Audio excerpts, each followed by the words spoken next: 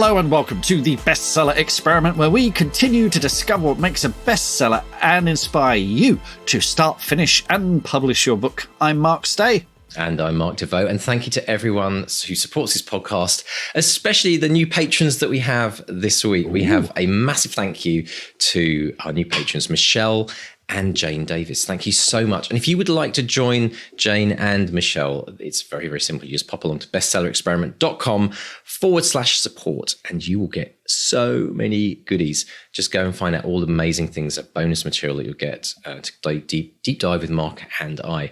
Mr. Stay, how are you doing, sir?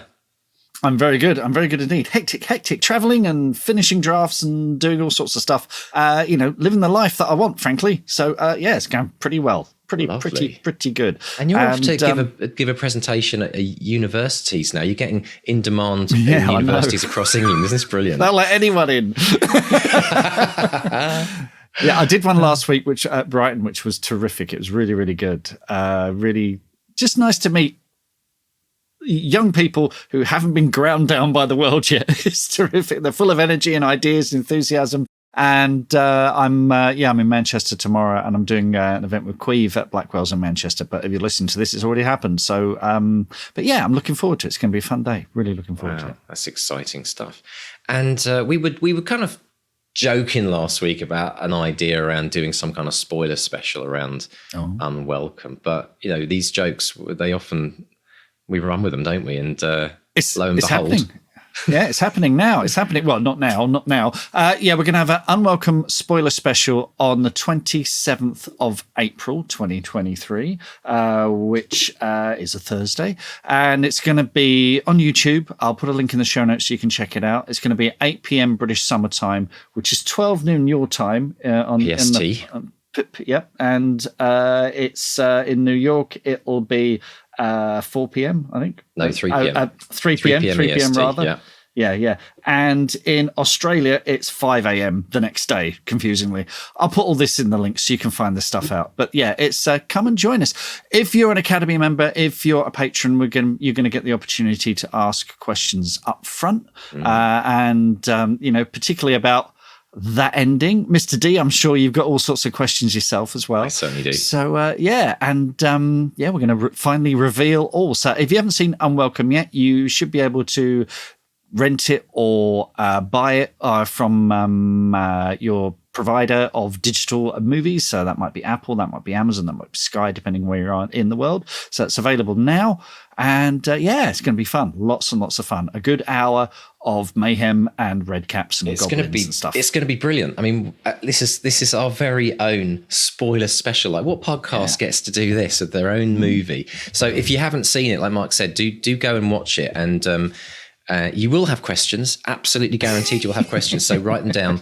And as we mentioned, if you're part of the Academy and the BXP team patrons, then you can submit in advance. If not, show up live, because this is a live event, folks. Me and Mark will be live on YouTube. It's going to be a ton of fun. If you've never been to a Bestseller Experiment live event before, they are absolutely hilarious and loads of fun.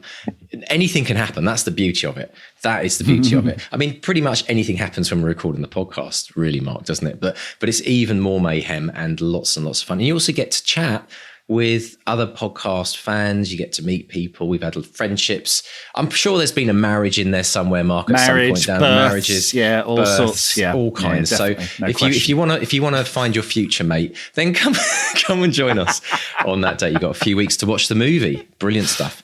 Now, Mr. Stay, we've got a humdinger of an interview today, haven't we? I mean, it's not many podcasts can say that they get former CIA agents to interview, and not only that, but they reveal all the secrets of the CIA as well, don't they? I mean, it's a massive exclusive. We do pull them in. It's brilliant. But no, in jesting aside, do tell us about our amazing guest today, David McCloskey. David McCloskey is a former CIA analyst and consultant at McKinsey & Company. And while he was at the CIA, he used to write for the president's daily briefing. This was when President Obama was around. He delivered classified documents. He was at oversight committees. He was up there. He also worked in CIA field stations across the Middle East, including Syria, which inspired his debut novel, and I got a copy here, Damascus Station. And the reviews for this are just phenomenal. Jack Carr, who's a best-selling author of a book called The Terminal List, and he's a former Navy SEAL sniper, he said he's shocked the CIA's publication review board allowed it. He said, read it now before it's banned. And there's a Hollywood adaptation under discussion as well. So this is a hot book at the moment. And it was such a delight to speak to David. So we discuss, among many other things, processing traumatic events through fiction, what spy fiction and movies get right and wrong, and why writing is a lonely team sport. Brilliant. So if, like me, you're a fan of Homeland, then you'll want to hear this interview as well. We'll talk a bit about that after the interview. But let's dive in and have a chat with Mark being interrogated. Or is it the other way around? You're interrogating a CIA agent, Mark. Mark interrogating the wonderful David McCloskey. David McCloskey, welcome to the Bestseller Experiment. How are you today, sir?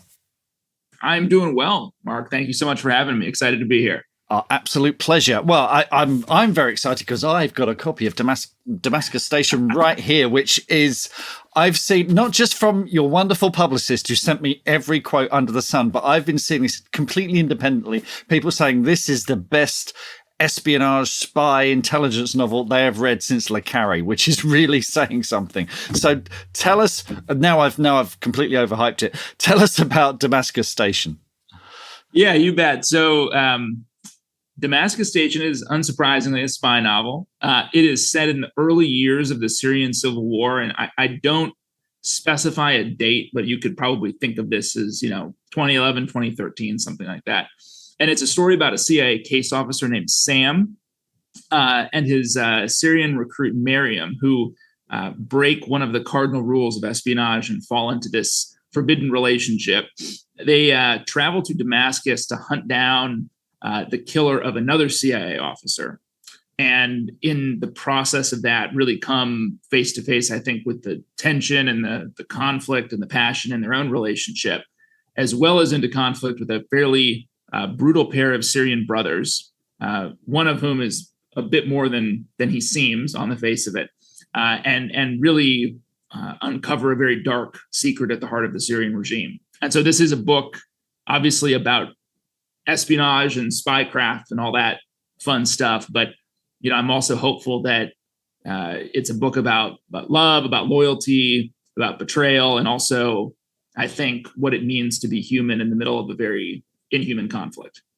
Excellent stuff. And let's make it clear, listeners, David, when he's writing about espionage and intelligence, the intelligence community, he does know what he's talking about. Long form fiction, unlike the sort of daily barrage of news that we get, it can give us a perspective on a situation like Syria, which, I remember when all this kicked off, it's completely overwhelming. You're getting all kinds of news and information. This began, I believe, not as a novel, but more as a kind of an exercise that you were undertaking in order to make sense of your time in the intelligence services and what happened in Syria. Can you sort of fill us in on that? Yeah, that's right. So, I worked pretty much exclusively on Syria when I was at the CIA, and I lived there for a time before the war started. And as a result of that, I feel and felt and feel a very deep connection to that place and to its people. And, the war was really just kind of it was heartbreaking. It's a tragedy on so many levels, but most of all, on the human level, right? And so when I left the agency, I was really deeply affected by that. And I left in 2014. And this was a time when the country was sort of starting this process of breaking apart. It was in a civil war. And, we have now seen that the country, let's even just put the earthquake aside, right? Yeah. Before that, we're talking about a country that has had half of its population displaced, hundreds of thousands killed. It's broken apart into probably 4 political pieces right now. So, the amount of human suffering that has been part of this process is just truly staggering. And so when I sat down to write, it was much less about crafting a spy novel, to be quite candid with you, and much more about me working through all of that And so Damascus Station really began its life almost as a series of just, I guess you could call them reflections or short stories, some of which were true, some of which weren't, to help me kind of process what I had seen and what Syria was going through. And I found through that process that I really, really enjoyed writing itself, that I'd never done it before. I had never taken a creative writing class. I had, I think the last time I'd really done anything similar to this would have been in, a literature class in high school. I don't even think I took anything like that in college. And so I found that I was able to connect with the world and with my emotions through writing. But the product of that time, I would never show to a single human alive today because it's terrible, from a standpoint of a piece of fiction that's a story that someone would want to read. It was not written with that in mind, but I put it all aside for a few years and then was able to come back to it. And I think having that distance was helpful for me in thinking about, how would I actually produce a story that not only I wanted to read, but that someone else wanted to read. And those two things aren't always the same.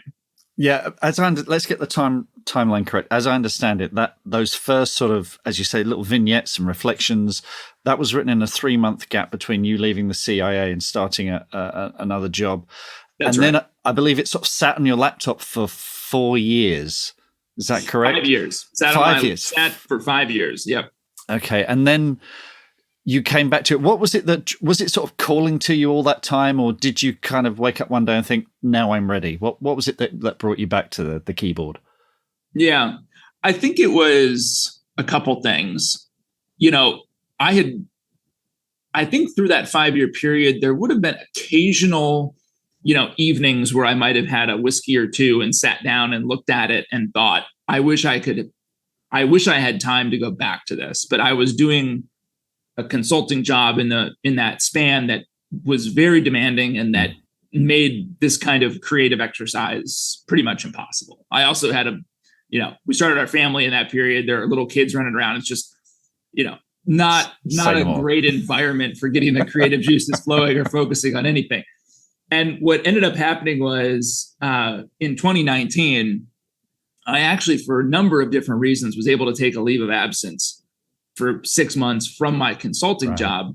And because I had remembered the way it felt to write and how much I had enjoyed it, I told myself and forced myself that I'm going to at least try in this period to write the book. And I thought when I started that process that I would be kind of polishing what I had worked on. And what I quickly discovered was I just had to write something entirely new, but drawing on some of the inspiration from what I had worked on 5 years earlier. And when I love that idea that you sort of had a sense memory of what it felt like to write. And what does it feel like to you now, sort of sitting down at the desk? Because you have written before in terms of you've written intelligence reports for the Obama presidency, I believe. Is that correct? I wrote most of my writing would have been occurring during the Obama presidency. There was a little bit for Bush, but most of it was under Obama. Yeah. Okay. Whereas what's fascinating is weirdly, you're not the first author we've had on the podcast this year who's written for a president. We had an author called Christian Cameron who used to write intelligence reports way back in the day. Interesting. Okay. What he told us, he said he found that it was a great way to learn to write fast because he was writing sometimes 10,000 words a day.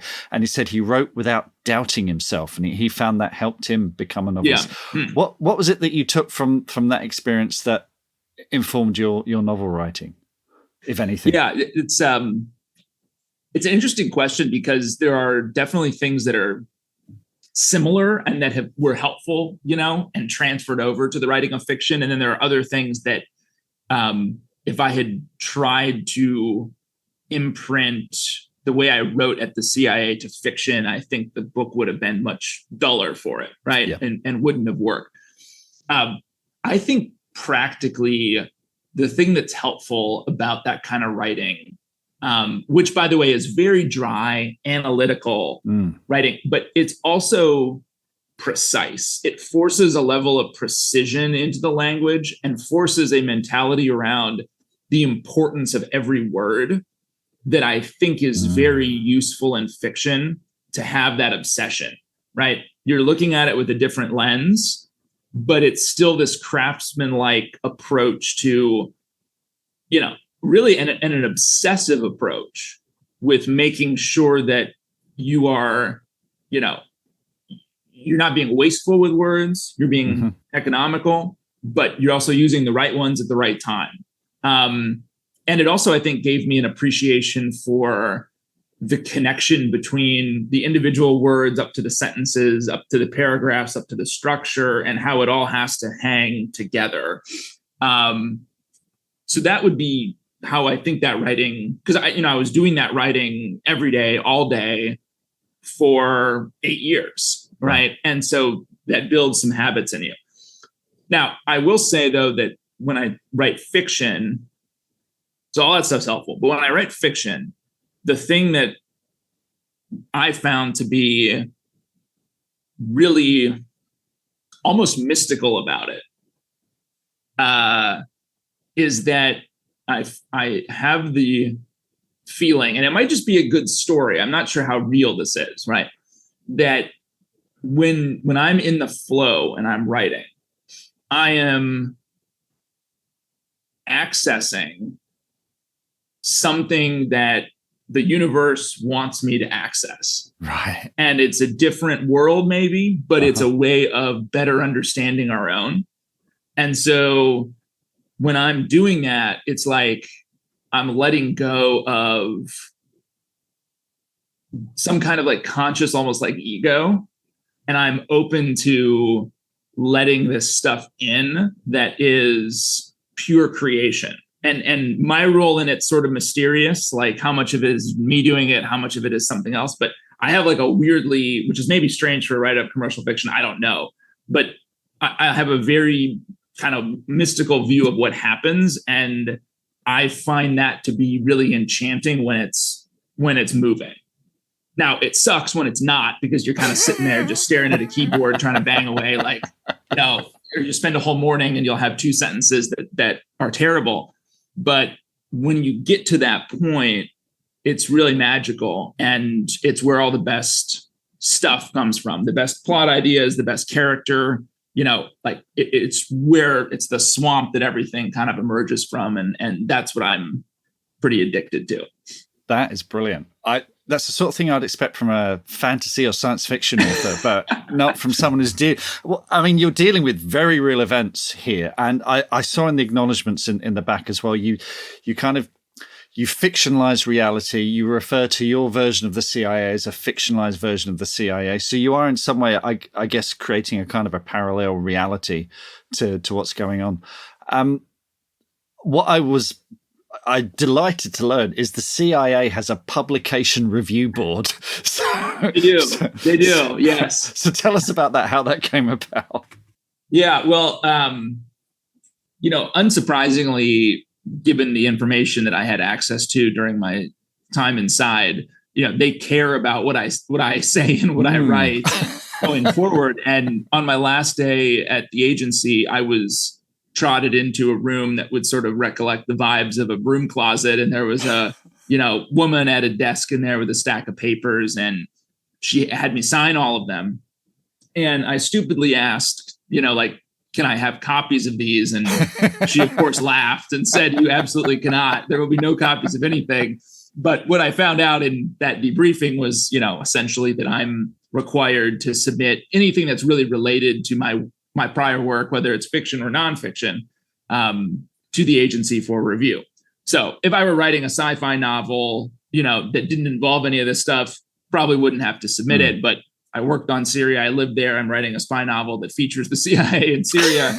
And, I want to more or less play by the rules, if I can. So I sent them the manuscript, and it's really wonderful. It's actually, I will say, it's a very good organization to deal with. They're fast. They review things quickly. I have colleagues who have to submit their manuscripts to like DoD, the Department of Defense, for review. That's from my understanding, a very slow, drawn out process that can take the better part of a year. I believe that the person who reviewed Damascus Station finished it in about a week and got their edits back to me. I like to think that's because they loved it so much. That's a good sign, yeah. Might have just been trying to get stuff off of their desk before vacation. And the best part of interactive, so they're great. And I will say that I had done my homework for this, and I had a document that I sent them that had about 300 sources in it that showed how I had gotten the information from publicly available stuff, right? So it wasn't coming out of the classified regions of my brain. So I had done my homework, but they still got it back to me quickly. The edits they made were efficient and I think easy, reasonable. But I have to say the best part of the process is that I sent them a document that looked, it was a Word document, right? That has the book in it. And what I got back was a PDF that was in all caps. Everything had been turned to caps. And someone literally takes a black highlighter and blacks out the stuff you can't use. Redacted. And they send it back, So it kind of has this wonderful feeling of coming out of a time machine from the 1960s or something like that when you get it back. But it was, it's kind of a funny bureaucratic quirk, I guess, of being a former agency officer, but it's not typically a hassle, and they're reasonable.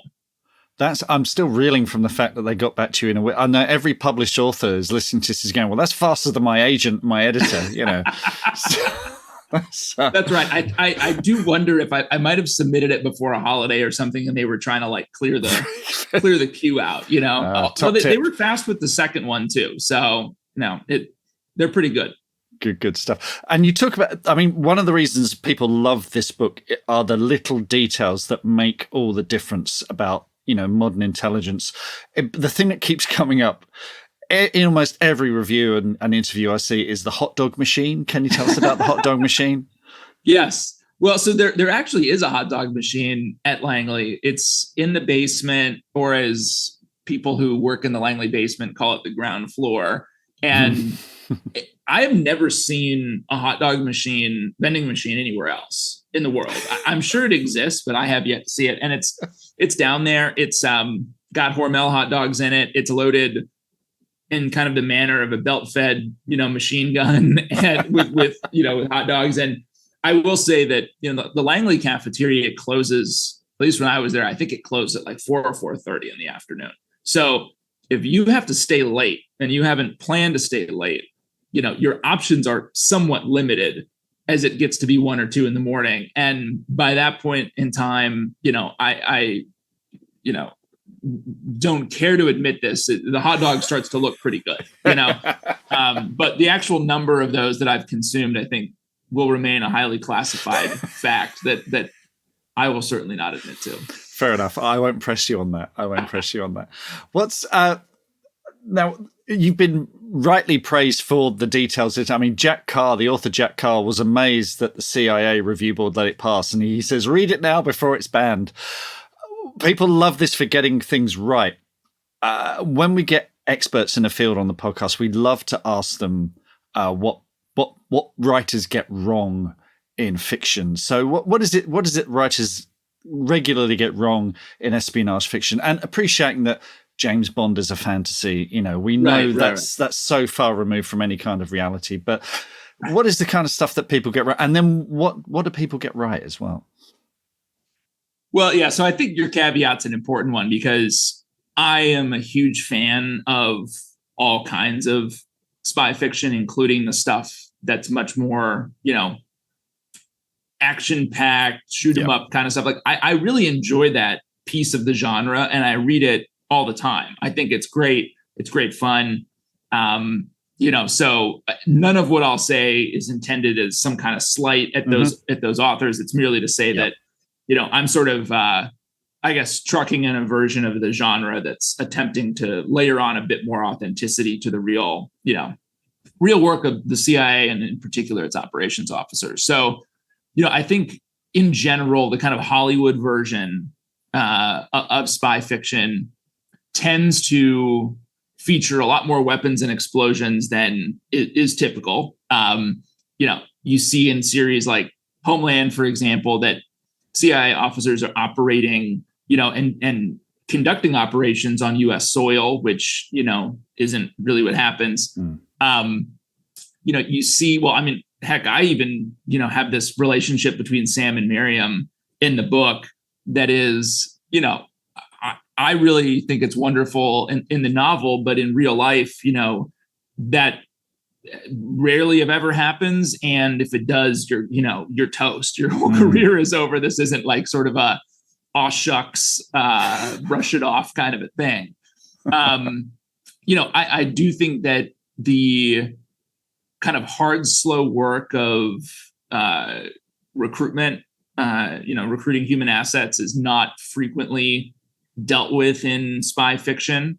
A book that I love, and it's probably my favorite of the Le Carré canon, is Little Drummer Girl, because it does, I think, an excellent job of dealing with the psychology, the manipulation, intimacy of that type of relationship, between Charlie and Gadi Becker. And so I love that book because of that, that authentic treatment. The other thing that it's sort of tough to figure out how to do in fiction is, because you're not trying to clutter up your book with too many characters, is, the actual CIA is a large bureaucracy that, there are more than like 3 people in the station in Damascus, for example. And, you have to whittle these kind of, you have to whittle your portrait of the organization down to a manageable number of characters so you can really keep the tension high and not, frankly, get the reader confused. And so you end up with, operations that get approved by a single person, or that there's 2 or 3 people in the discussion, when in real life, there's like going to be doing any of this stuff. I mean, there would just be armies of people involved and tons of lawyers, and, it would quickly kind of turn into a not interesting bit of fiction. But in reality, that bureaucracy is very much present. And that's not usually dealt with in spy fiction. So, I think what I enjoyed doing with this book was taking pieces of the bureaucracy and whatnot to create something that maybe was approaching a bit of an intelligence procedural in some ways, without hopefully, so you have that authenticity that comes into it, which was important to me. But, I still made stuff up, and I had to sacrifice reality at parts on the altar of character and story. And I will say that one of my favorite reviews of this novel is that the CIA's Center for the Study of Intelligence, they do like a quarterly, I'm not sure how often, maybe it's quarterly, comes out. They do a book review. They do book reviews in there. And so the CIA reviewed my book, and there's a wonderful review that points out a whole bunch of the things that I sort of sacrificed on the altar of fiction. It's mostly a positive review, but the things they call out, I think, are quite humorous. I would definitely recommend that to your listeners to go take a look at that. Oh, we will. If you could send us a link, that would be great. What I've been seeing as well is, there are things like conversations about photocopier paper and staples and all these tiny little things that can, people in the field, it can drive them nuts. You think you can, you've got spy satellites and what have you, you've got this great technological advances, but the tiny things can drive you nuts. And there's a lot of that in there as well, adding to that reality. Yes, 100%. And I, honestly, the way that my characters see the CIA is probably the way that I see it, which is, and I've described it this way before, is kind of a uniquely bipolar organization. So you have, on the one hand, the very interesting and extreme things done to achieve the mission. And then on the other hand, you have all the mundane bureaucratic stuff that goes along with being a large organization. And one of those things is, oftentimes your procurement arm isn't matching supply and demand. And so you don't have, some of the basic things that you need just from an office supply or office furniture standpoint. And yet the organization is also doing these amazing things over here. And that tension, that duality, I always found it to be, humorous and also hopefully insightful. And I wanted my characters to experience that as well. And honestly, the reason why I ended up putting so much of this stuff, like, there's mentions of agency regulations and things like that in the book, was I wanted, it was driven by character. It wasn't some desire to kind of just randomly sprinkle stuff through. It was, I'm dealing with, in particular in the case of Sam, who's probably the protagonist of at least the first part of the novel, and his chief of station in Damascus, Artemis Proctor. They're CIA operations officers. That's their world. This is how they think. And so the character, trying to dial those characters in was what led to, I think, becoming a little bit more of a procedural in some respects. Yeah. And you mentioned making stuff up there. And I think you're in good company, because I don't, listeners might not know this, but for example, John le Carré, he would invent phrases which have now become part of the terminology that the intelligence community uses. So, like the word mole for a deep cover agent, which he used in Tinker Tailor Soldier Spy, he kind of made that up, and it's now common parlance. And other phrases like fieldcraft and scalp hunters, and so. Have you any ambitions? Are there any words in Damascus Station, any phrases that you hope make it in, because they put that review where they kind of pointed out all the things that you sacrificed, but who knows, they might be using those terms in a few years. So I have to admit that I have not been as ambitious. I don't even know if he was intending to create a new vocabulary, no. But he did. And I think Mick Herron has kind of done the same thing with some of his, he refers to the investigators, I think, in the, Slow House novels as, the dogs and things like that. Dogs, yeah. And you think about it and it's like, well, yeah, if you were inside right now, you'd want to adopt some of that terminology. And 20 years from now, everyone would just think that it came from inside. The one other interesting anecdote on the adoption of Le Carré's terminology is that the CIA's old Soviet, Central Europe and Soviet division used to be called, I believe it was called CE division and then SE division and then CE division, I believe. And some old timer's going to yell at me after they hear this podcast because I messed up the names. But after the Russia House came out, the CIA started to call the entity inside Langley that works on Russia House. It wasn't called Russia House before, and now it is called Russia House informally. And that doesn't show up on any org chart anywhere, but everyone refers to it as Russia House because of John le Carré. So I have not been as ambitious in creating my own vernacular. I think perhaps as the books go on, I might throw some things in that that do that, or that maybe attempt to do that, or that frankly, even without me attempting, might just hopefully catch on. But so far, I think in particular in Damascus Station, I was really trying to hew to reality more so than making that kind of thing up. Very good. It's kind of out of your hands, isn't it? But if you start seeing hot dog machines turning up in remote parts of the intelligence community, you've done something. I'd love to talk about, because we know that writing is very solitary occupation, but I saw in the acknowledgements you make reference to your father, who's a writer, and you mentioned your wife Abby as well. Yeah, you mentioned that they gave you feedback, and how has that worked with them as a kind of a family affair? Yeah, well, I talked with a lot of different writers about their process, and I'll say that there are pretty wide kind of range of approaches to this, and none of them are right or wrong. But what works for me has been writing the first draft. And I'll talk to in particular, my wife about the plot and the story, but she won't typically read anything until I'm done with that first draft. I really try to get that down on paper before anyone's really engaging with the written word.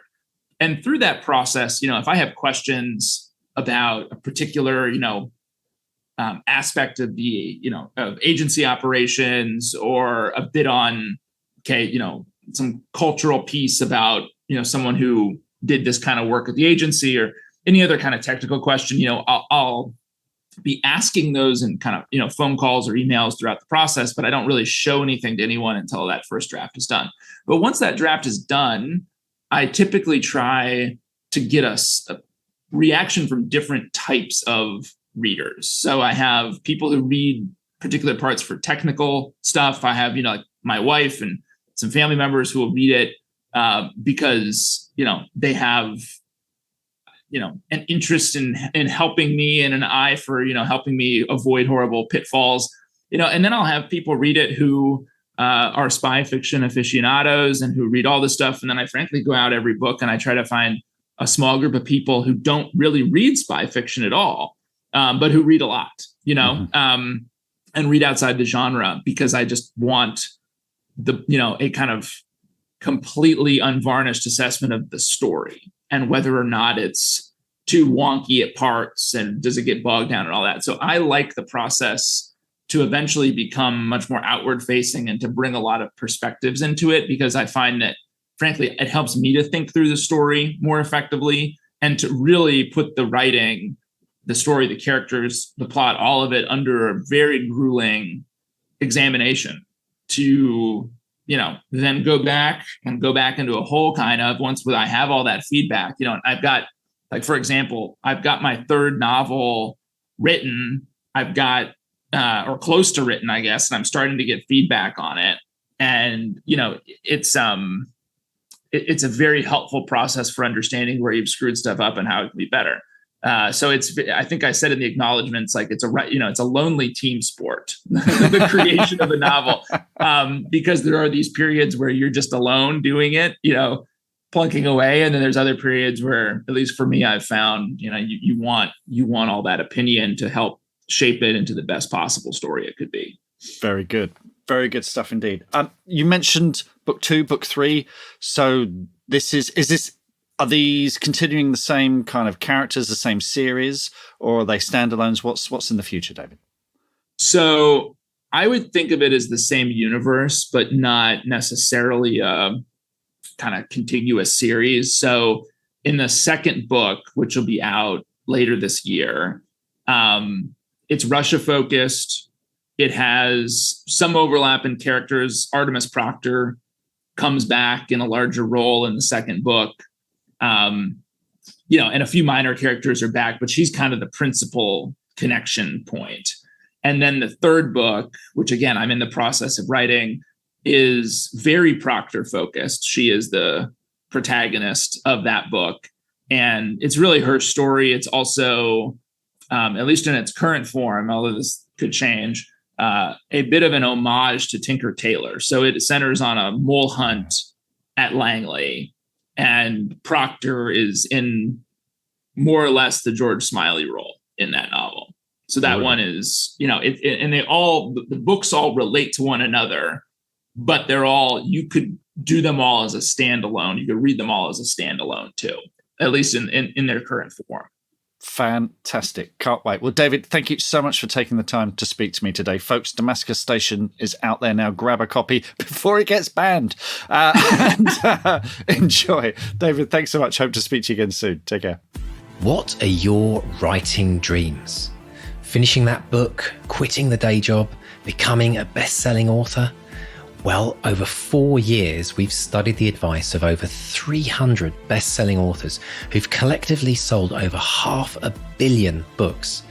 And we are excited to announce the Bestseller Academy. If you're ready to take your writing to the next level with accountability, craft, and coaching, your bestseller dreams are now only a click away. To find out more and apply, visit bestsellerexperiment.com/academy. That's bestsellerexperiment.com/academy. I mentioned before the interview that Homeland was one of my favorite. Actually, I've got to admit, it's my second favorite show ever. After, of course, fill in the gaps. Everyone knows 1, 2, 3. Breaking Bad. Breaking Bad. But Homeland actually was a close second, and I was so excited when I heard that David was coming on the show, because so much of what he's writing about is capturing a lot of the magic and essence of what made Homeland such a great series. But to be able to kind of pick up the book with an actual CIA agent who's an analyst who's been on the front line is absolutely brilliant. But what I found fascinating about what David was saying is this book took a long time to come to fruition. It's a sense of like, it needed time to marinate. And I wonder how often that happens when people have been in, say, a career for most of their life, and they have these ideas, but there's this idea of this marinating process which he went through. I think it's very common. I think it's happened with me. I mean, weirdly, you know, Robot Overlords is coming up for its 10th anniversary this year. And I've been looking at my diaries from 10 years ago. And there's one from Tuesday, 26th of March, so almost exactly 10 years ago when we recorded this. And I've got a note that my agent enjoyed Winter's, the original version of Woodville was called Winter's Books of Myths and Magic. She enjoyed Winter. She gave me a few pointers over the phone for improving the pitch doc, blah, blah, blah, blah, blah.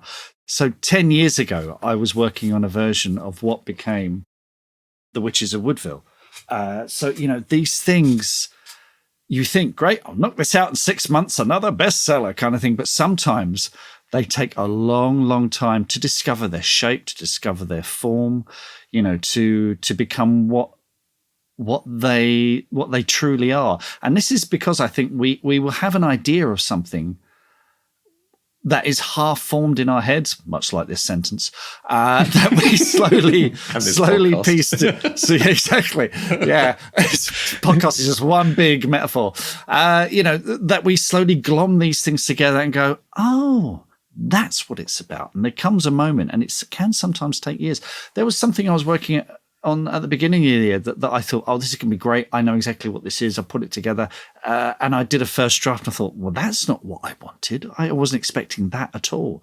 So I've put it away. I put it away, and it is going to marinate, and it's there ticking away at the back of my head. And at some point, I've moved on to something else. And when I finish that, I'll come back and have a look at it and think, and it's like looking at a diamond. You look at it, all the different facets from different angles, and, you know, and eventually you find what you're looking for. You find the shape in all the refraction and what have you. Yeah, I think it's really, really fascinating but the danger of that, of course, and I'm sure there's people who recognize this as well, is there is a danger that the idea of allowing something to sit for too long can either make it stagnant. I always think about running water, or, you know, the still pond, or it can become an excuse for procrastination. Oh, I'll just let it marinate a bit more. And so it's a really difficult balance, isn't it? Because I totally understand the need to sometimes let things sit, and I think that's a very good. And what does it do? I mean, if you think about the literal metaphor of marinating, it tenderizes it, makes it easier to digest and swallow. In many ways, it's more flavorful because you've let it sit. Yeah. Oh, absolutely. You've got the perspective, right? But if it becomes about procrastination, I'll just let it sit for another month, another year. I know that can be, and I think there can be a tendency for people to use it as an excuse not to just get on with it and get going with it. Yeah, but what you do while that's marinating, you get on with something else. Work with something else, yeah, exactly. As long as you're doing something, that's the most important thing, isn't it? So if that's your story that you're just waiting to be ready for you, that's never going to really happen, is it? No, I had a one-to-one with someone the other day, and they were kind of stuck on this one project. And one of the reasons they were stuck in it was because they were writing it at a very difficult time in their life. And they had every time they sat down to write the story, they had associations with that period in their life. And they're close to finishing, but they just can't get it over the line. So I've said, put it away, work on a short story, work on something new, completely fresh, completely different, something that and it just so happened they had something actually on the back burner, to extend this cooking metaphor, that I said, well, you know, work on that instead. You've already got something with it, have some fun with it, write a short story based on that. Well, just do something else, just so you can rediscover the joy of writing, because every time they were sitting down, they were thinking, oh, this is painful. And that's not a good place to be in. So I've said to them, put that to one side. It's not going anywhere. It will always be there. Do something that's fun and joyous, and where you're not carrying the burden of all these associations, and discover how you love writing again. Then maybe you can come back to that. Brilliant. Now, who'd have thought we've got a CIA analyst being interviewed, and he's talking my language, accessing something the universe wants us to access. It's magical and mystical. He said about this idea of getting when I sent this to you, did you expect to be discussing mystical, creative, universal energies? I love it. You know, I think it's absolutely brilliant. I mean, call it what you want, but that for me, when I'm in the zone, writing, that's kind of what it feels like, It is. And I think he just, David described it so well, this idea of, he used this word mystical, which is, it's a great word because it's often used when we can't quite explain it. It's something out there which just, we feel it, but we can't really put it into words. And I think every single writer who's ever got into something in any shape or form have experienced that, either a flash moment of it where it's like 10 seconds of moment of inspiration where you just think, whoa, where did that idea come from? Or I'm sure, I don't know how many times you've experienced, Mark, but I experienced it once where I started writing an idea at about 6 o'clock in the evening, and I literally kind of almost came out of a trance at about 5 a.m. in the morning because the birds were singing. Right. And I couldn't believe that I had written for like 9 hours without even, it felt like I wasn't even breathing. I was just so into this idea, and and I was trying to write it down quick, it's coming quicker than I could write it down.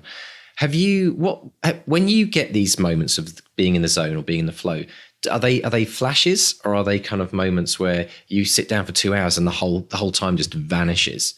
It's usually 2 hours, and it's usually in the morning, and it's part of my. And you have mornings where it doesn't come or it's not quite working. But when it's like it's like I've been hypnotized or had a deep bath or had a nap or whatever. Yeah, I come out like slightly giddy.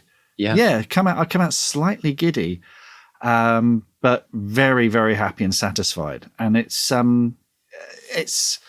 not every time, doesn't happen every time. I tell you what, I had it this afternoon. Really? Because I've been, because I'm away for the next 3 days. I've got a deadline for a script rewrite. And what I wanted to do was finish it today so I can give it to my writing partner. So while I'm away, she can look at it and dig into it. And I managed to get to the end of the script.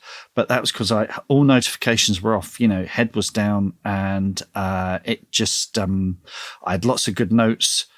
And I was just in the zone, and it felt so good. Now, I know that writing isn't perfect. I'm going to come back to it and edit it and blah, blah, blah, blah, blah. But I basically did about 25 pages of script, which is normally I'm happy. If I get 3 to 5 pages a day done, I am over the moon. So that's going to some. So not only do you get, you're more productive, but would you also say that you do your best work when you get in that zone?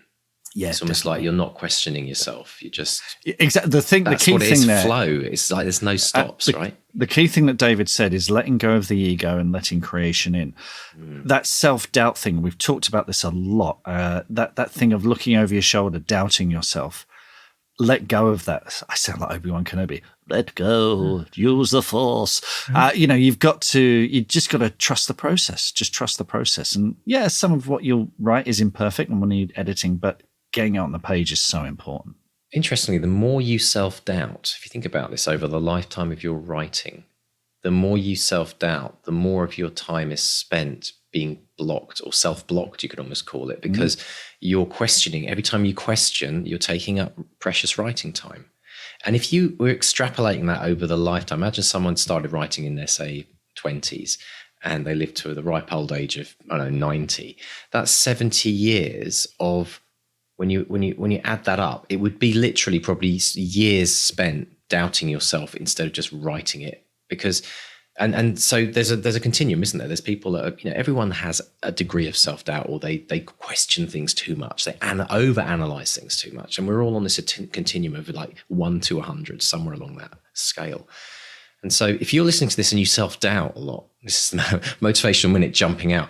But if you listen to this and you self-doubt a lot, why don't you work out what that actually will mean to you over your lifetime in terms of how much time you're going to lose to writing just because you're doubting something? It's kind of bonkers. I mean, it can literally take years off your writing life, I think, for some people.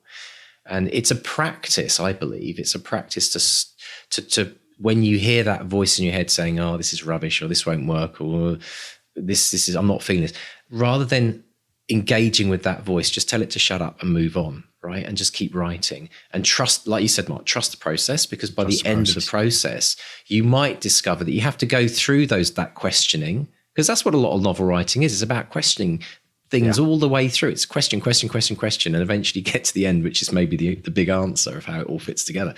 But allow the questions and embrace them, but don't let them stop you in your tracks. Trust the process, you must. Yes. Let go. I love it's my third impression. It's third impression today. It's amazing. I love what David said about writing being a lonely team sport. I've never heard it kind great, of isn't it? shaped like that before. And I think that it acknowledges these two facets that we have as a writer. The first facet is that we are drawn to liking time on our own, because you can't not enjoy that if you're a writer. It's part of the therapy of, I think, having that time to just go away and hide and sometimes get away from the chaos of your life or the noise of the kids, or shut yourself off from the thoughts of work or all the other things and dramas happening in your life, and just kind of escape to write. And so there's this idea that it is very isolating, and we sometimes say, that's a major problem, it's too isolating in some cases. But it is this balance, isn't it, Mark? It's a balance between that isolation and that time to yourself, and then interacting with other people in your writing team, as I like to think of it, beta readers, editors, publishers. This is the yin and yang, isn't it? See, totally I can do woo-woo too. It's that thing, you have that moment of isolation. You have that where you don't doubt yourself, where you get everything on the page. And then you have to emerge from that and say to people, what do you think of this? Does this make any sense? And that's where the teamwork comes on. So, call them what you want, beta readers, sensitivity readers, whatever, technical checks, whatever you want to call it. It's all part of your due diligence as an author. I don't think there are many authors who will just, put something down as a first draft and then put it out without showing it to anyone else. There are people though that do that though, Mark, I'm sure. Oh, I'm sure there are. I think there's more than we probably think, because I think a lot of braver people than me. Well, they are, but I think a lot of people, when they start writing, it's a bit like, I don't know, it's a bit like in a lot of things where we take on, if we've got a bit of knowledge about it and we've got a confident personality, when we start that process, we think, this is great, this is awesome, put it out there without that knowing that it could be that much better, or being so close to it that we can't see our own mistakes, for example. The key word you said there was a little knowledge, and a little knowledge is a dangerous thing. It is a dangerous thing, yeah. If you have a little bit of knowledge about coding, won't probably go too well for you if you try and but I think it's like, I know a little bit about spies. I'll write about spies, and of course all your knowledge of spies has come from watching Bond and Jason Bourne and this and that and the other, and then you end up just recycling a bunch of cliches. Whereas if you want to write about spies, you don't have to have worked for the CIA, but I would suggest talking to someone who has, just this week we've got a deep dive with Stuart Gibbon, who used to be in the police force in the UK. He's done a deep dive for us, answering our listener questions on all the processes of the UK police force. Now, we all think, because we've seen some documentaries on TV or seen episodes of The Bill, or we think, we know what the police do. We don't. We've got to keep up to date with these things. So it's all part of your due diligence as an author, and some of that is about writing about outside your own experience. So as I mentioned in the next Woodville book, I've got characters suffering from PTSD. Now, I know very little about that, so I went to two people who live with PTSD, and they read what I'd done some research beforehand. I did as much as I could in isolation. Then I gave it to them and said, right, what have I got wrong? And they gave me really, really useful notes. So this is all part of what we do as authors now. I don't think you could ever have the hubris to not make this part of your process now. It can only make it a better book. But it can also be a challenge for people to find sometimes highly specialized. I could say hand on heart, well, we know David now, but I wouldn't know anyone that I could reach out to in the CIA to ask for feedback. But that's where someone like David's book could be useful. If you're thinking about writing a book about or elements of the CIA, read books by people that have been in the CIA, even if they're non-fiction or fiction. I think non-fiction comes into play here as well, where you want to get really specialized knowledge about something. Reading a book around that area can be a really useful thing to do as well. Yeah. Excellent stuff. Now, if you would like to join Mark and I in the extended edition of this podcast, this week we're going to be talking about the need to process things in your life by writing and the importance of doing that. We're also going to talk about taking time off, the idea of a sabbatical, but also discussing, is it essential to have a deadline with a sabbatical? Is that the thing that makes all the difference? We're going to talk about the practice of making every word count on the page and quirky details which capture reviewers' imaginations, such as the hot dog machine. We're also going to look at the making of sacrifices, the things we have to let go of on the altar, as David talked about it. And finally, we're going to give you a little preview into who's coming on the show next week. So for that and more, join us in the extended. Pop along to bestsellerexperiment.com/support. So welcome everyone to the extended edition of this podcast. And we're going to dive straight in by talking about this idea of writing as a way of processing major things that might have happened in your life. This really jumped into my mind, Mark, when I heard about this, because I think this happens on many, many levels, doesn't it? But obviously for David, he had been through this career with the CIA. He'd experienced some harrowing things. I mean, you could tell just from how he talked about the heartbreak of what he'd experienced and seen directly and indirectly. And I think it's not given enough credit, the value of writing in terms of way of processing things that have happened in your life. Well, this is what fascinates me about this. Is this started not as a novel, but as an exercise, almost like a version of the reports that he did for the White House, but essentially for himself, about making sense. I mean, Syria, you just have to look at the news and what happened there, and it's just, just dreadful, dreadful stories coming out of there, and it can completely overwhelm and consume someone, particularly if they've worked there, if they've known people there. I remember a colleague of mine in our export department at Orion had friends in Syria when it was first happening, and it was incredibly distressing, just hearing about what's happening to this, wonderful country and people. So yeah, I can see how he would, as he said, connect with the world through emotions and fiction, through fiction. So, he started with reflections, short stories, thoughts about the conflict, and it started to become something else. And it's interesting. David's one of the few people we've had on the podcast who hasn't said, "Oh, when I was 8 years old, I read Enid Blyton and always wanted to write a novel." Yeah. Wasn't any of that. He was like, fiction is how I make sense of the world. Yeah. And that's what he's done. And he's gone and taken one of the most, challenging parts of recent history and made sense of it through fiction, created something that's, commercial and thrilling for us, but for him, it's something altogether more cathartic, I think. And that's, I think we do this a lot.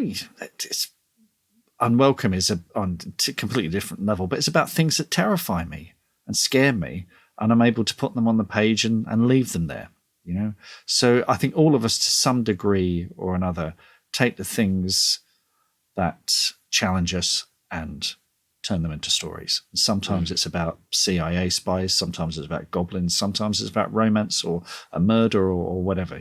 That's just the way we exist as human beings, the way we make sense of the world around us. And as far as I know, we're the only creatures that do that. Yeah, and I want to really encourage people listening. If you're listening to this and you've something difficult's happened in your life and you've always wanted to process it and you've never have done, there's a lot of people, I think, who don't want to write things down because they think, once I write it down, it's then on paper. And as a therapy, writing is a therapy on many levels. And I think it's just as an exercise of getting it out of your head, getting it onto the page. You don't have to use it in the book. You don't have to use it in your book, but it could possibly clear the way for things to happen in your story. Sometimes you have to kind of do this internal clearing first for the, we talked about being in the flow, in the podcast, but this idea of if something's stopping you or slowing you down or preventing you from moving forward in your life, then you might find the similar thing as being mirrored in your book. So if you feel stuck in your book, you might ask yourself, well, where am I stuck in my life? And so I always want to encourage people, write it out, write it down. Even if it's very personal, you think I'd never put any of this in the book. Well, write it down. And you might find that as you read through it, well, actually, you know what? I could probably use half of this because it's relevant. It won't directly link things. And the other thing to remember as well is that as writers, we know what's real and what's fictitious on the page. The reader doesn't. The reader can't distinguish between what. So we know what's real. But if the reader reads it and thinks it's just made up and it did actually happen in your life, then you never have to reveal that. That's your prerogative. But if it makes you kind of be able to put it on the page and then allows the story to become more authentic because you're writing about something you personally experienced or a story that you witnessed or saw, I think that's where the real heart of storytelling can come from many times. So yeah, just encourage people. It's a really, really good point that you are under no obligation to explain yourself. Yes. You know, this is an episode where we've announced a spoiler special where I'm going to talk about where all this stuff come from. But you don't have no writer has to do that. You are under no obligation. You can just say, you know what, I don't want to talk about it. It's yours. You know, you as the reader can interpret it any way you want. And I know that authors who do that have an air of mystery about them. And I think the books tend to hang around for longer because it's like a magic trick, you know? Yes. Once someone explains how, there was a card up their sleeve, it's kind of, okay, was that it? If you never explain how the trick is done, then it has this enigmatic quality, which means it'll be around for a while. So, yeah. Definitely. Now, have you thought of taking a sabbatical? You might be listening to this thinking, that would be the biggest dream of my life, not only because I get to write that book, but I get to take time off work and the craziness, get off the hamster wheel for 6 months. David did this, and Mark, you did this as well. Interestingly, you both did it for 6 months. And it got me thinking, this idea of a sabbatical is almost like a genius way of writing a book, or at least testing the process as to whether you really want to take that jump and become a full-time author. And it's because of the deadline. It's because it's a 6 month, you know that you've got to go back to work after 6 months. And did you find, Mark, having that deadline, did that really focus the mind? And did you get the book done in those 6 months when you wrote Robot Overlords? Yeah, it did. Yeah, absolutely. Well, look, let's first, address there's a certain amount of privilege here. People listen to this, I give my right bloody arm to have a sabbatical or whatever. And I can't tell you the number of times, it's usually lawyers, right? Lawyers who've turned into authors and they will say, I was able to take a year off. It's like, yeah, of course you could because you're earning the big bucks, fair enough. Each their own. So I was in a very unique position in that Robot Overlords had already gone into production. So I got the fee, greatly reduced, I hasten to add. I got the fee, the writer's fee. It was about 30 grand. Okay. And I thought, great, I can actually not worry about work. So I said to work, and we'd done the book deal by now, I said, can I take some time off to do this properly, to not just do it in my commute, but to really knuckle down and do it properly. And they were fantastic. I couldn't have asked for more support from them. They said, yep. It allowed a colleague of mine to sort of step into my shoes while I was away, and she's gone on to much greater things. She's fantastic, so that was good for her, and it gave me time just to write a first, in fact, 2 drafts, I think, of Robot Overlords, the novel, during that time, and get into the editing process as well. So it turned out to be life-changing. It was definitely a life-changing thing. I wanted to ask a question. Had you not taken that sabbatical, where do you think you'd be today? I'm pretty sure I would have got the novel done eventually, but would it have been as good? Would it have been on time? I don't know. I mean, what it also allowed me to do was I could just go whenever I wanted. I could visit post-production, so I could go and see the visual effects people and say, okay, what are things looking like? What color are the laser bolts? What is this going to sound like? All those little bits of research that otherwise I might not have been able to do because I was busy with work. I was able to take trips here, there, and everywhere and meet people and get bits of information that I might not have otherwise been to do. Where did you take a trip to find out the color of laser bolts? The visual effects company in Soho. Yeah. So I was able to go in there. And so things like our VFX producer, Paddy Eason, who did Unwelcome as well. Yeah. He went up in the Spitfire that's featured in the film. He actually went up in it. He flew it? No, he was a passenger. I mean, but went up as in didn't just sit in the cockpit. He went in the air. Yeah. Wow. Yeah.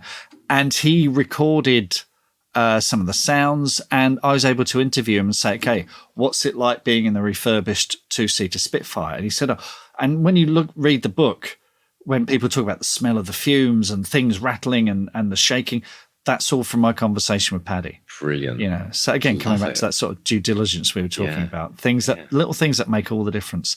So and I was allowed to, air quotes, play author for 6 months. You know, I was like, I'm an author, look at me, knowing full well I would have to go back to work because the money was going to run out at some point. But it was one hell of an opportunity, and if anyone gets a chance to do it, grab it with both hands. Well, here's an idea as well. I mean, we talked about, you know, there are people that are able to do it if they have the funds available, but I think you can plan a sabbatical, and the way to do it, if it's within your means, is it's not something you can just go to work tomorrow and say, I'd like to take 6 months off, just starting Monday, please. But imagine if you gave yourself a year to plan it, and imagine you think to yourself, right, I'm going to take 6 months off. How much money would I need to have to survive for those 6 months? And how much would I therefore need to put away over the next 12 months? And actually, you know, like how people save for a holiday, Mark, you know, they say, oh, we want to go to Disneyland. And now obviously it's probably going to be a lot more money than Disneyland, or maybe it won't. Who knows, right? But the point is that, you know, even if it's a 5-year plan, a 2-year plan, you can plan it so that when you do go to your boss and say, I'd like to take some time off, you can actually do it financially. So, you know, there's that's something that's definitely worth considering. Absolutely. Absolutely. Now, let's talk about this idea of the practice of making every word count. We've heard this a lot on the podcast, make every word count. Often comes from journalists who get given those 500-word, you know, article limits. Fascinating where David's, you know, CIA reports that he made for President Obama and I think he said one of the Bush presidents as well. But what an amazing practice. But how can writers who don't have that thing bestowed upon them that they've got to write within a certain number of words, how can they kind of simulate that within their own writing? Well, first of all, don't do it on your first draft. Okay. We talked about earlier about letting go of the ego, not second guessing yourself. This is definitely something you do in the edit. And I would argue the copy edit. So you are not doing this on your first, second, third, fourth draft, whatever. You're doing this after you've given it to an editor and they come back with their notes. That's when you start thinking about making every word count. And funnily enough, I'm kind of at that stage with the 4th Woodville novel now, because it's the editors sent me her notes. I've gone through it fairly forensically. I've sent it back to her. Next up is the copy edit. That's when it gets forensic. That's when I start thinking, okay, let's move this word around, move that word around. And that's where you kind of think of it as things start getting fixed in stone. You know, once you've done this edit, it's that's probably how it's going to be printed. So you are very, very focused when you get to that stage. That's why I recommend reading things aloud, taking your time, you know, not getting too fixated, but, you know, there will be sentences where you think, is this the best way to express this? We did a great deep dive with Ian W. Sainsbury, and I will post a link to this so you can all check this out, where we basically did a live edit. Ian brought up a chapter of one of his books, and he's going, oh, now I'm going to cut that word. I'm repeating myself there. Oh, let's move those around. And it's just to see an author do this live on screen, shared his screen with us, which is really generous. Yeah, it's terrific. So, you know, check that out. It's a really, really fun. Well, I say fun. It's quite forensic, and it requires a bit of concentration, but it is fascinating. Yeah, really, hugely valuable in terms of kind of learning from the masters, as it were. Absolutely. Oh, yeah. Now, one of the things I loved about I don't know why, just this idea of this hot dog machine, this quirky thing that was just in the basement of the Sierra, and of course it makes complete sense. You know, you're there through the night. You need to eat. There's a hot dog machine, but then I instantly think of the smell of hot dog machines. And we used to have a hot dog machine in the video store that I used to work in as well. And I just remember people walk in, and they weren't intending on buying a hot dog when they came in. They were intending on taking out Gremlins on VHS, but which dates me. But the smell and there's something for me that what that represents, that hot dog machine. It's a bit like, you know, we talked about, who's your Julie when we talked about, you know, we got these kind of like little catchphrases on the podcast. Who's your Julie? Who's your supportive partner? The hot dog machine, I think, the hot dog machine in the basement can become another fun reference within the podcast about the idea of something which not necessarily plays a very important part in your story, but just captures the imagination of the reader. And you mentioned, Mark, that like in every review, it seemed to mention. In fact, you know what it was for us? It was the cow, wasn't it? Back to reality. The cow. Yes, it was, wasn't it? It was the cow. Everyone referenced the cow. Oh, should we say what it happens? Yeah. No. Can we say what happens? Would that be too much of a spoiler? No, we're not going to spoil it. No, it's quite near the end. We wanted the cow became a highlight. It did, and everyone just referenced the cow, and unless you've read the novel, you have no idea what that means. But this idea of capturing something which everyone kind of references for your film Unwelcome, it's the ending, and it's also Silly Billy. Again, we will just put that out there, but it's like that comes up in so many reviews, and it's just almost like a little throwaway line, but it captured people's imagination. So the reason I think it's really important to think about these things is, what have you got in your novel? If you're listening to this, what have you got in your novel that's capturing the imagination? It'll be something that'll be fun, quirky. It is often fun things, isn't it? I've noticed there's always an element of humor typically that captures the imagination, but don't be afraid to put those in, because you'd be surprised that we didn't expect the cow to become like a highlight. We didn't even have the cow on the front cover. There was one point do you remember where there was going to be the cow was, maybe that's what we missed a trick. We should have had maybe the CIA like just have a big hot dog machine. Mother. Yeah. Well, David's front cover could have just had a hot dog machine on it. Again, it's that thing of that wouldn't be very commercial. It's that thing of second guessing yourself. It's thinking, oh, this is too weird to put into my story. And actually, it's the weird things that can sometimes make it. So leave the weird stuff in. Someone further down the line, your beta readers, your editors will go, that is a bit weird. Do you really want that? Or they'll say, you know what? This is going to sound odd, but I really love the hot dog machine. I think that's and it's given, David, every interview he talks about it. It's become kind of the talking point, and it becomes memorable, and it helps spread word of mouth. And yeah. Brilliant, absolutely. And then we've just spent 5 minutes talking about it. So proof in the pudding, right? Exactly. Very, very useful. Yeah, exactly. So, folks, as a little teaser, we're going to let you know who we've got coming on next week. We've got the amazing Delilah S. Dawson. She's a New York Times bestselling author of, among other things, Star Wars, Phasma, Galaxy's Edge, Black Spire. She's written for Disney. She's written Star Wars. She's written amazing comics. But she has a new novel out as well called The Violence, which is sort of heart-wrenching thriller. This was such a fun interview. You're in for a massive, massive treat. She's a huge, incredibly prolific. An absolute joy to speak to Delilah. So tune in for that one next week. So, folks, if you missed the extended version, we actually have a humdinger. We talked all kinds of things, least of all, a 5-minute discussion about the importance of hot dog machines, which doesn't sound very important, but we actually linked it, didn't we, Mark? We should just say, if anyone's read Back to Reality, our hot dog machine was the cow. So if you haven't read Back to Reality, go read the book, and then it'll all make sense. So, Mark, tell us what's happening on socials this week. All sorts of good news this week. So on the Academy, Karen's story, she says, another win. I'm actually now a paid author.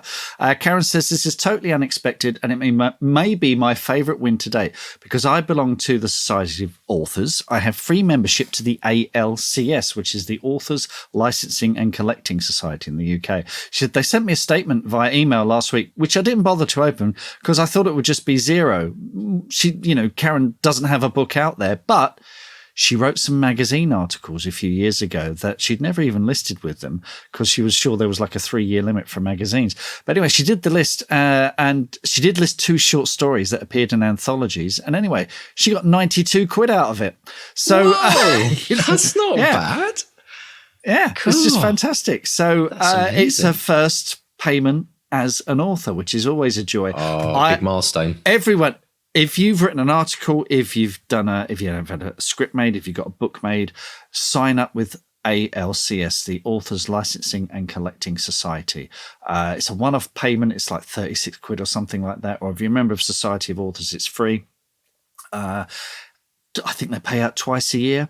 I got quite a chunky bit of change from this one. I think it's the most I've ever had because Robot Overlords was shown in Spain and Japan and Germany, so I get money for that. But also in the UK, we have PLR, which is the public lending rights. So every time someone takes a book out the library, I get about 30p. But ALCS does the international version of that as well. So if your book is being taken out of libraries across the world, you get money for that too. So sign up. I'll put a link in the show notes for both of those so you can check those out. Wow, that's amazing.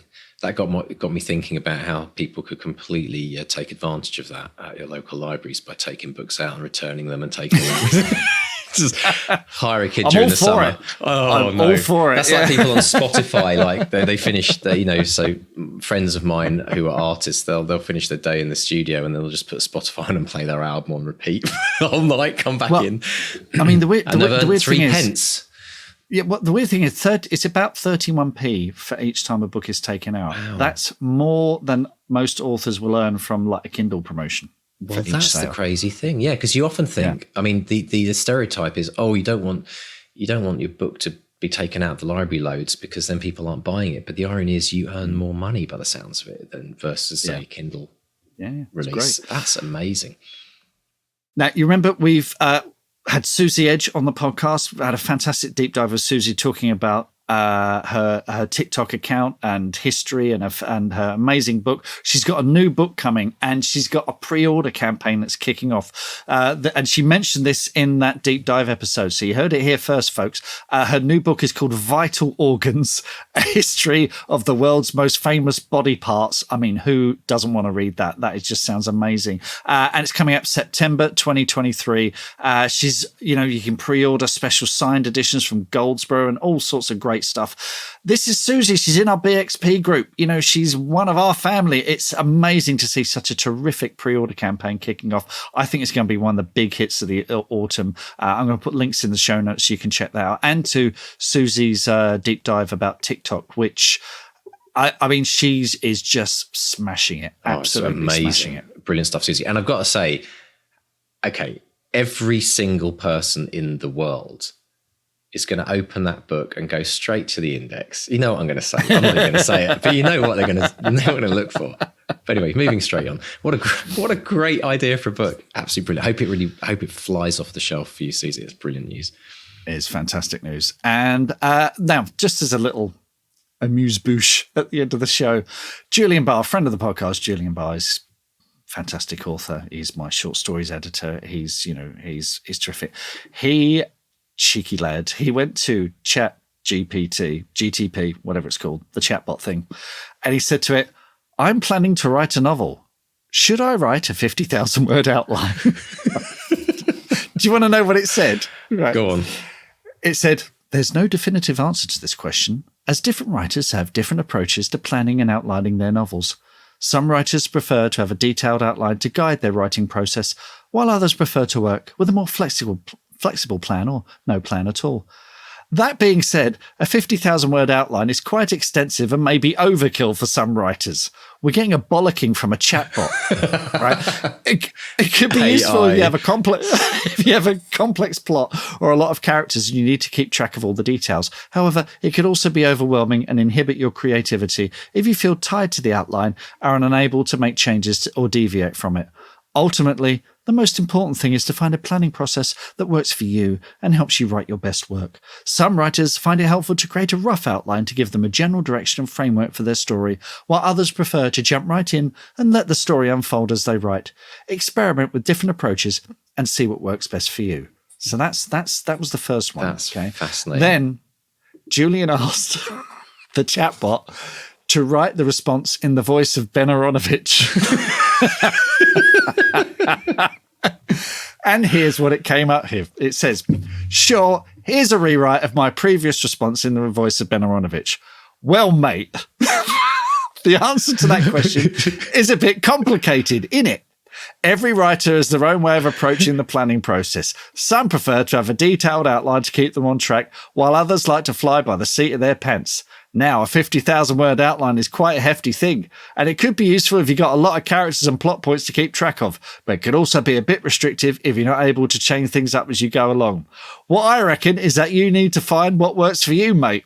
Some writers like to have a rough outline to give them a basic framework to build on, while others prefer to dive right in and let the story develop as they go along. The most important thing is that you find a process that lets you tell the story you want to tell in the way you want to tell it. Well, that's far too polite, isn't it? I mean, what would you prefer? I was going to say, or the bollocking episode? Okay, yeah. So Julian, you've got to redo that, and you've got to say an angry Ben Aronovich. I think that that would be interesting. Isn't that brilliant though? I think it's absolutely fantastic. And yeah, the question is that I mean, it's spot on in some ways. It's like, I mean, it's summarising what Ben told us, but just in a far, far more pleasant way and gentle way. Yeah. Sometimes you do need a good whip up the. But not as memorable. Not as memorable. Not as memorable. No. AI can never capture the magic of Ben Aronovich, an author absolutely gobsmacked by two writers trying to finish a novel in a year. Brilliant stuff. Excellent. Well, folks, thank you so much for joining us this week, and we really look forward to giving you all more of the good stuff next week as well. We've got an amazing guest coming on. So folks, thank you so much for being with us this week. And if you would like to join the 200 word challenge, develop the habit of a lifetime of writing, pop along to 200wordchallenge.com. Try our free 7-day challenge. Can you write for 7 days in a row and bank 200 words minimum each day? To do that, just pop along to the website and register. And Mark, if people would like to find us on socials, we are on Facebook, Bestseller Experiment. Twitter and Instagram is @BestsellerXP. Drop us a line there. If you want to drop us a line directly on email, go to bestsellerexperiment.com. There's a contact tab there. If you've enjoyed the episode, whatever podcatcher you're listening on, give us a rating, a review even, and just subscribe. All of that stuff makes us more visible, helps us to get more amazing guests on the show, and help make you a better writer. So it's kind of, it's helping your career, essentially. So yeah, absolutely. Go for it. Yeah, do it. And if you'd like to get a weekly update of who we've got on the show and everything we've learned and everything you can learn from them, just pop along to the website, click on the newsletter tab and sign up to our weekly newsletter. So Mr. State, have a great week. Can't wait to chat with you more next week. Have a brilliant writing week, everyone. And just a goodbye from Mark 1. And a goodbye from Mark 2. Goodbye. Bye.